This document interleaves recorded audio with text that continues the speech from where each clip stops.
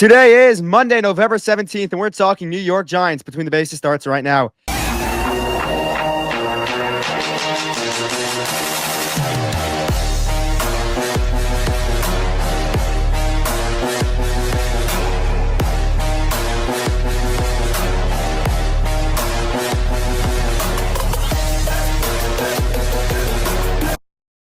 Hello, everyone, and welcome back to an episode of the Between the Bases podcast. My name's Noah, alongside me is Mika Block, and today we're joined once again by Alex Day. If you guys remember, we played Categories with Alex Day back, I think, in May. So, Alex, how you doing today? I'm doing great. I'm glad to be back with you guys. You guys do such a good job, and I'm so impressed. Just even that intro and meeting you guys in May, you guys crush it. And if only our football team could be pulling their weight the way you guys do. Oh, thank you so much for that compliment. But let's talk about the New York Giants. Obviously, that's why we're here. But let's talk about what happened last week. Brian Daboll got fired. He's out of position now. He's no longer the coach of the Giants. Mike Kafka comes in. Is there anyone that you've really eyed to come in and be the next coach for the Giants? Because it's a very important hire when you got a young quarterback like Jackson Dart. We've heard so many names be thrown out. It's hard to sift through what's real and what's not. Like, I think I've read 30 different names that have been thrown out there. Here's a couple things I think, because we don't, the season hasn't ended. There might be some coaches that are available that are currently employed that all of a sudden, hey, I could be down for Kevin Stefanski, for instance, if Cleveland feels like he's not their guy anymore. And Kevin Stefanski was pretty good when he had a quarterback. It's too early. But what I do think is I really feel that the Giants are going to hire a coach with experience. If you look at the coaches they've had since Coughlin, it has been a lot of guys that are either first-time head coaches or they kind of failed the first test. Pat Shurmur. So McAdoo, first-time head coach. Joe Judge, first-time head coach. Brian Daboll, first-time head coach. I don't think Mara wants to go in that direction. So I would look for someone with experience.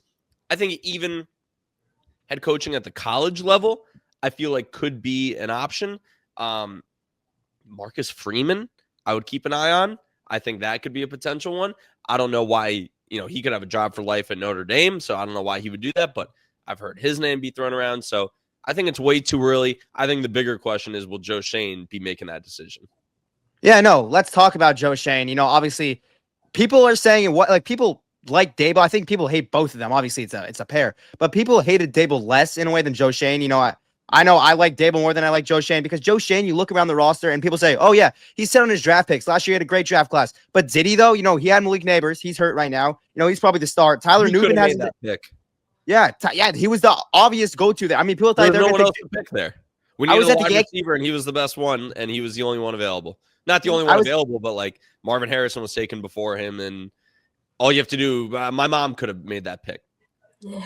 I mean, the argument there is that they almost went down the J.J. McCarthy route. I was at the Yankee game that night, and they were like, they were. I remember them taking J.J. McCarthy. Like, I was like, stay away from J.J. McCarthy. And you look, Tyler Newman didn't really pan out. Drew Phillips, he's had his flashes up and down over there. Tyrone Tracy, we've seen flashes. He's been hurt. He's had an up and down. But I guess where you stand on Joe Schoen, do you think he should be gone after this year? And back to the coaching, Mike Kafka, would you be down to give him another year if the next 6 games go to plan? No. Mike Kafka has just about a 0% chance of being head coach for the Giants. He could be a head coach elsewhere maybe, but I don't see it happening with the Giants, because also his offense has not been good no matter it's been fine with Dart, I guess, but I don't think he's the kind of guy that they're looking for head coach. So I'm not going to say 0%. I would say Kafka has less than a 20% chance. I wouldn't see that happening. Look, I don't hate Daboll. I don't hate Schoen. I think the results just speak for themselves. They seem like the kind of guys you would want to have. I was excited when they hired him. I thought they both did a great job in 2022. And if you go 2-8 for the last 3 years, coaches don't survive that, and GMs don't survive that. What bad organizations do is they don't fire the coach and the GM at the same time. I like to personally have continuity between them two and the quarterback. So that's why I was surprised the Giants even took Dart. Not because I didn't like Dart, but because I thought the coach and GM are on shaky ground. What happens if they have a bad year, they fire the coach and GM, and then the new coach and GM say, well, he isn't our quarterback. It's kind of exactly what happened. So it looks like darts of truth, and that's really encouraging for the team and for the future and whoever comes next. But the coach and GM will have to say, assuming they fire Shane, which I would say it's more likely than not that they don't do. It'll be a new coach who has to conform to the quarterback instead of handpicking. So that's a frustrating part about this whole thing, which is why I think they should have a new GM. Shane has not really hit anywhere, and you can go at this from a couple different directions. His draft picks haven't been great. There's just about no one from the 2023 draft class that will be on the team next year. Think about that. That was a year and a half ago. Maybe JMS, who's improved a lot as a center, but pretty much no one else. 2022, Neal has played his last game as a Giant. I think Kayvon is looking like the odd man out. Yeah, there were some hits in there. You look at maybe like Micah McFadden, but he's been injury prone. Bellinger is a nice tight end 2 or tight end 3. Not much to show there. And then 2024, that was his best draft. And, it remains to be seen on 2025. So if you want to take it from one more angle, if you look at the players that Shane let go to other teams, I would have taken those guys on the Giants at the contracts that they currently have. Julian Love, I would have been happy with him as a safety over Tyler Nubin. Xavier McKinney, same thing. Leonard Williams, that Seattle defense looks pretty good. And I didn't even say the names Saquon Barkley or Daniel Jones, So there's been a lot of misses. You give Russell Wilson $10 million. We could have given that to a star cornerback and had a much better secondary when all you needed was 3 games to start before you handed over to Dart. You had Jameis Winston. That would have been perfectly viable for a month. You gave Darius Slayton just a couple months ago a 3-year, $36 million contract. That is malpractice for a wide receiver 3. Let's be honest, Slayton is a wide receiver 3.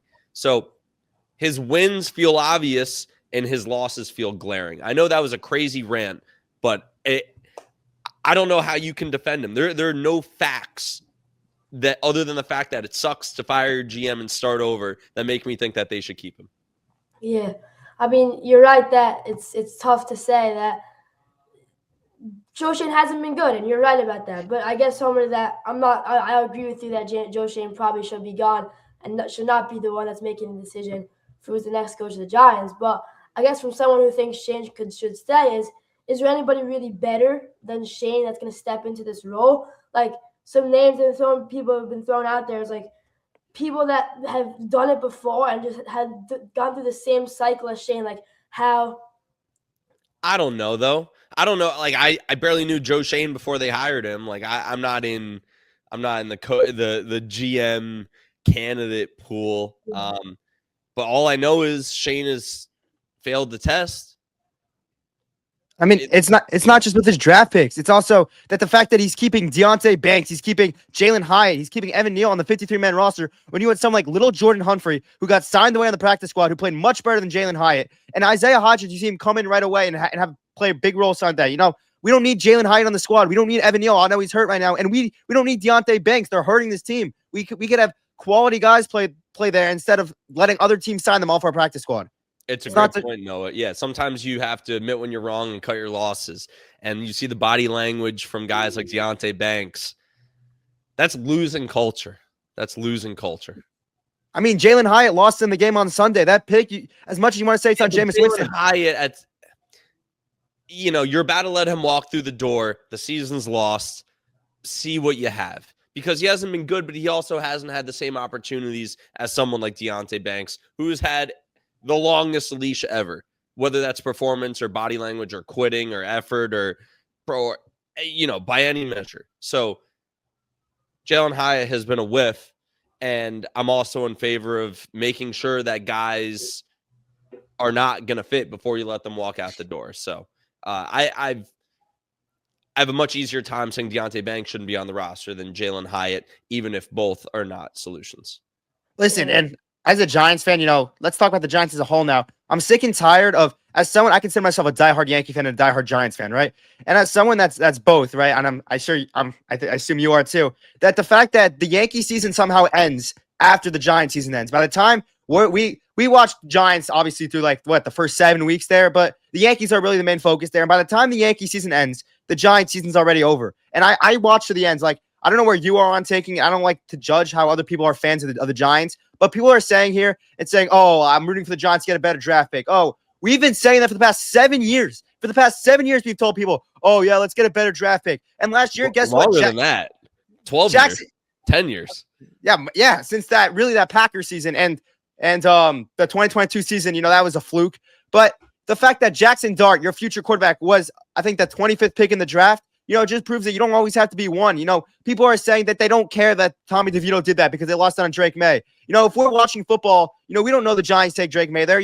We should enjoy the Tommy DeVito moments. That was special to be a Giants fan. That was fun to watch. At the end of the day, Jackson Dart's our quarterback, and there's nothing really to tank for right now. I agree with you, except I disagree about the Tommy DeVito part, because I think the idea of tanking really has to do more with the fact of, do you need a quarterback?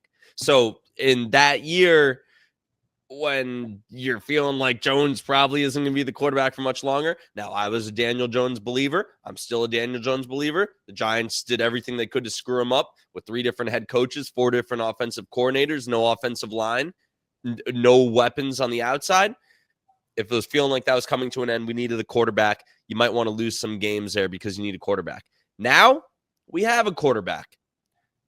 Or at least I think we have a quarterback. I feel like we do. At some point, you need to start winning.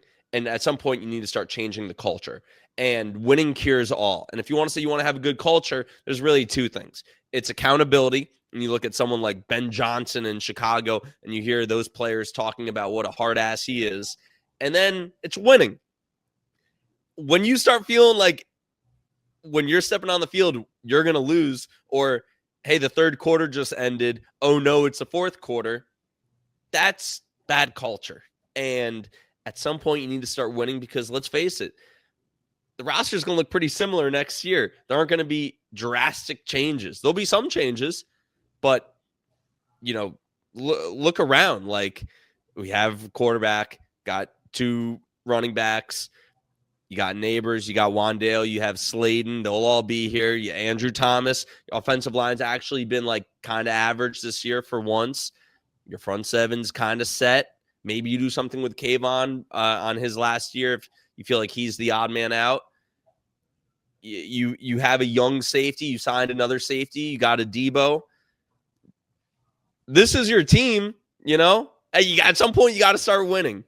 And frankly, I think in the first round, wherever they are, they should move back because they need to get some multiple young players because they've whiffed on a lot of these. I also want to say I'm no draft expert. I would make my first round pick, assuming the value is there, it has to be a cornerback.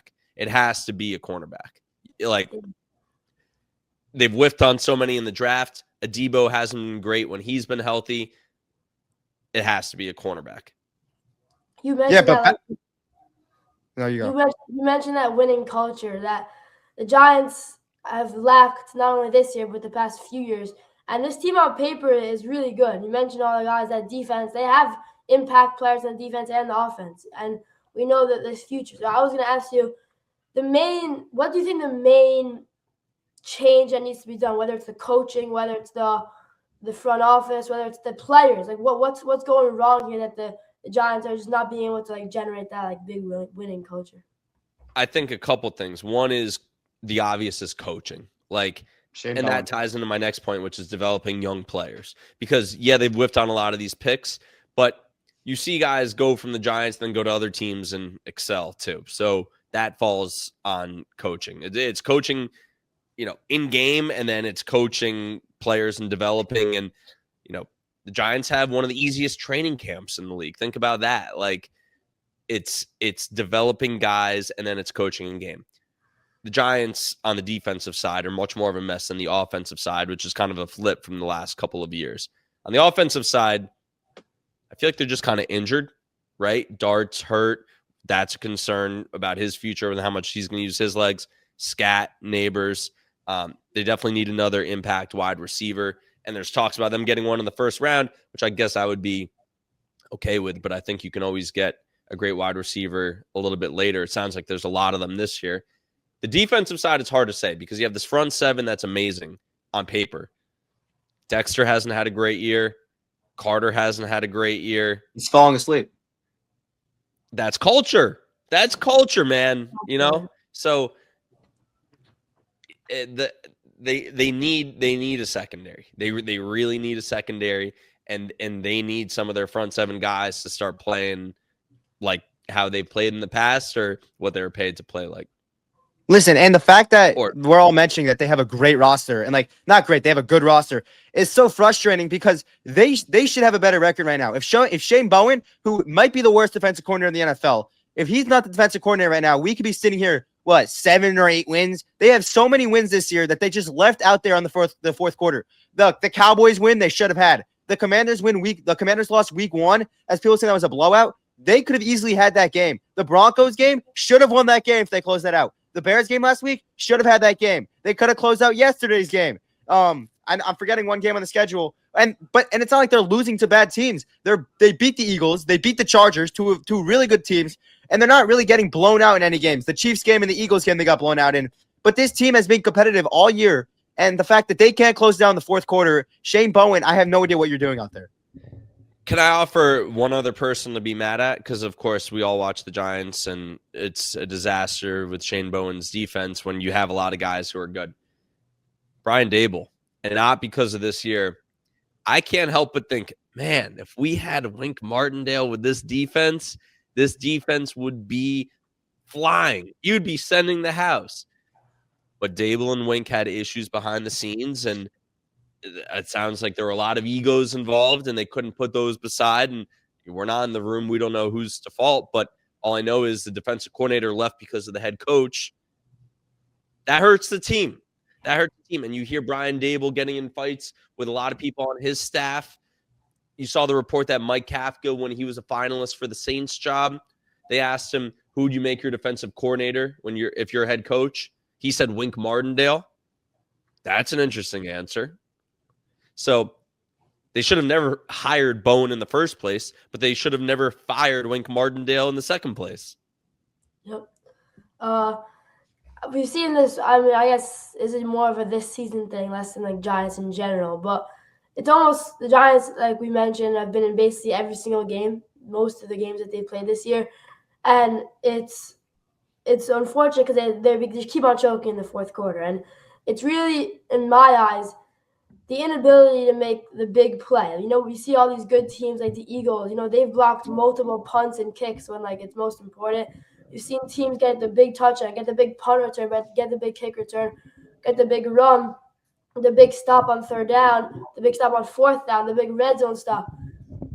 Consistently scoring in the red zone, and the Giants. I know in the fourth quarter, a lot of times it comes down to kicking. The Giants kicking has been terrible this year. Like, there's just the inability to make the big play has just been like a big hole for the Giants this year. And I don't know, it just feels like a lot of, especially guys on the defense, like how, like there was a third down like yesterday that, you know, Brian Burns got it was a 3rd and 10, fourth quarter in the Giants' own end. Oh, I know the play. Yeah, needed a big stop. And of course, none of our cornerbacks are going to be able to make a play, so it's going to be the front seven. And Burns gets chipped, and obviously Kayvon was out. So Abdul and Dexter was getting double teamed. So it was Abdul, I think Roy Robertson Harris, and Darius Alexander. They're sending 5, and they were all getting one team. None of them were able to come through. They were all in one man. They all got stopped, and then they threw that big pass to, I think it was Savion Williams, who I think mossed Deontay Banks. So yeah, the Giants unable to make that big play. That's just one big example. There's been multiple. That Cortland Sutton play, the Marvin Mims play. I mean, you could point at so many that the Giants are just unable to come through with. So I think what's even worse about that is it's not that they're unable to make the big play. It's that they can't avoid the disaster. You know, that feels different. Hey, you have the ball and you're down 3 and you need your quarterback to go on a 2-minute drill and put the ball in the end zone. That feels like making the big play. When you're up 10 in the fourth quarter, week after week, and all you need to do is just hold strong and avoid the disaster, that feels even worse. That feels even worse. And there are a handful of plays you just mentioned, some of them, Micah, but maybe it's just the difference between offense and defense when the offense needs to make the big play. But, like, yeah, it's a lot of times it's like it's just getting a stop. It's not like you need to make one big play. It's like you need to get one stop amongst these 3 drives, you know? Yep. It's not like you're making the one play at the end of the game. It's like just get one stop in the fourth quarter and you have a 2-possession lead already. And I almost think, like what you're saying, inability to make the big play, I think that's letting them off too easy, you know? Yeah, You're right, but I think it's actually even worse than that. Yep. It's the inability to play in the fourth quarter. Yeah. Yeah, just avoid the disaster. You know, yeah, Alex, you know, let's like switch over here to the grand scheme of sports. You know, as someone that I would consider you a big sports fan, you know, you follow all big 4 sports. You know, is there one of the sports teams, like I don't feel like any New York sports team now is close to championship. Do you think, like, out of your 4 sports teams, which one do you think is closest to championship? I think there's a clear number 1. The Knicks. It has to be the Knicks. Yeah, but I don't know if they could stay healthy. They haven't proven anything. OG gets hurt now, like every play. Mitchell Robinson. Something. They've proven that they're. I would say where Knicks fans' expectations are is what's a successful year. To me, a successful year is they need to get to the finals. If they went to the Eastern Conference Finals last year, they need to win the Eastern Conference Finals this year. And an Eastern Conference that's battered. There's some good teams. There's some really good teams. The Pistons. You know, Chicago's been playing good ball, the Bucks, whatever. They need to get to the finals. That means to me, they're close. Talk about the West. The West is a gauntlet. We're lucky that they all have to play each other, and I wouldn't be happy about playing the Thunder or the Nuggets, or they're all scary, though, the T-Wolves. But I'm expecting the Knicks to make the finals, and that's something I've never said in my life before. Well, that's like the Yankees in the AL last year. It's because everyone else around them. I mean, the Pistons are playing good ball right now, but everyone else around them is like the Yankees 2024 team. Any Yankee fan will tell you that wasn't the best team. Like 2022 was a better team than that, but they lucked into. Team was better than the 2024 team. The 2025 team, right? Yeah. Yeah. I think if the 2025 Yankees played the 2024 Yankees in a 7-game series, the 2025 Yankees would have won. Yeah, I think the Yankees were dominated last year in the top 2 guys in that lineup, and everyone else didn't play last year in 2025. I'm still young. I used to call that last year. The Yankees put the bat on the ball. They're a much better team. You know, we have to wrap this up soon, so I'll ask you one more question here. Aaron Judge won MVP. You know, is there anything you have to say to all the Seattle fans out there saying, "Oh, Cal Raleigh, 60 homers"? I mean, Judge had the better year. I don't think it has anything to do with Raleigh. I'm actually bummed for Raleigh because he had an all-time year. You know, I don't want to clap back at the Mariners fans. Like it's like an organization that has been so snake bitten, and this guy just had a magical year, and they had a magical year, and you know he's super valuable to them. I don't think that necessarily makes him MVP. And every year in every sport, they talk about. Think about it in football, the discourse. The MVP is just a quarterback award. I think that's a fair complaint, but guess what? The quarterback's the most valuable person on the field. Or in basketball, you know, you want to talk about most valuable or the guy who has the most points per game. It's a conversation in every sport. Judge's stats were miles, not just feet, like miles better than Raleigh. And that doesn't take away from Raleigh's year. I just think, you know, you want to talk about valuable. The Yankees without Aaron Judge are, I don't want to say nothing because, you know, I love the team and I work with Yes Network, but like that might not be a playoff team if the Yankees don't have Aaron Judge. In the same way that the Mariners aren't a playoff team if they don't have Raleigh. So they both had unbelievable years. I'd be upset if I was a Mariners fan, but I think they made the right choice. Yeah, I feel like as a sports fan, like as someone that loves sports, I feel like what we're witnessing right now between Judge and Otani, I don't think you're ever going to see this again in any sport. Two great legends like this playing at the same time at the same level. Otani doing what he does, last year when he doesn't pitch, he's going 50-50. This year he's pitching and he's hitting 50 homers. Aaron Judge is doing what he has to do. Milka, anything else to add before we wrap up? No, I mean, I wish you the best for the New York Rangers, I guess. Yeah. They bum me out. Hey, Alex, thank you so much for coming on. Keep up the great work. You do great work out there. Thank you, And, boys. You guys are crushing it. Keep it up, and let's hope the Knicks can get a win tonight too. Do you happen to remember who won that categories game that we played in May? I believe that was you, right? It was. Yeah. There was a reason that he mentioned it, right, Micah? This guy's unbelievable. This Now, guy's next time we come in, the unbelievable. revenge game. Next time we come in. Yeah, of course. I wasn't able to sleep that night. All right. Remember to subscribe, everyone, and thank you so much to Alex for coming on. Thank you Thanks, so much. fellas.